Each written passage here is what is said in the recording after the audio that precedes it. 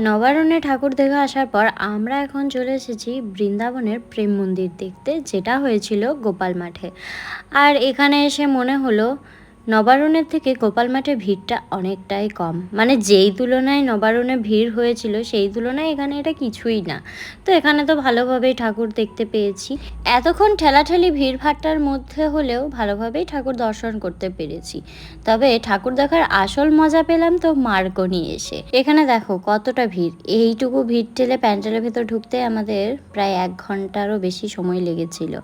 আর যখন আমরা প্যান্ডেলের ভেতর ঢুকলাম, মানে এই জায়গাটায় দাঁড়িয়েছিলাম, তখন আমাদের পিছনে ঠিক এত লম্বা একটা লাইন ছিল। তখন মনে হচ্ছিল ঠাকুর দেখার আসল মজা এখানে এসেই পাচ্ছি।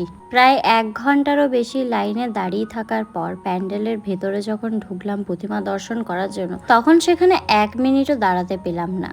মানে 1 ঘন্টারও বেশি লাইনে দাঁড়িয়ে থাকার পর যখন সেখানে 1 মিনিটও দাঁড়াতে পাই না, তখন কেমন লাগে বলো তো? না না, কোনো ভলেন্টিয়ার বের করে দেয়নি, আর আমাদের কষ্ট করে প্যান্ডেলের ভেতরেও ঢুকতে হয়নি, আবার বেরও হতে হয়নি। আমরা দাঁড়িয়েছিলাম এক জায়গায়, লোকের এত ভিড় যে ঠিলেই প্যান্ডেলের ভেতর ঢুকিয়ে দিল, আবার সেখান থেকে ঠিলেই বের করে দিল। যাই হোক, মার্কনি থেকে এখন চলে এসেছি চতুরঙ্গয়। এখানে এসে খুব একটা ভিড় পাইনি, মানে ভিড় নেই বললেই চলে। তো ফাঁকায় ফাঁকায় এখানে ভালোভাবেই ঠাকুরটা দর্শন করতে পেরেছিলাম। আমরা বাড়ি থেকে এটা ভেবে বেরিয়েছিলাম যে কাছাকাছি কয়েকটা ঠাকুর দেখেই বাড়ি চলে আসবো। তবে একবার ঠাকুর দেখা শুরু করলে যেটা হয় আর কি, ওখানে ঠাকুরটা দেখে আসি, এখানে ঠাকুরটা দেখে আসি, এই করতে করতে আমাদের প্রায় সব ঠাকুরই দেখা হয়ে গেছিল। তবে যেগুলো বাকি রয়েছে সেগুলো অন্য কোনো দিন দেখবো।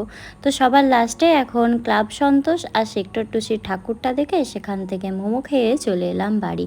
তো এই তো ছিল আমার সপ্তমের ব্লগ। কেমন লাগলো জানিও।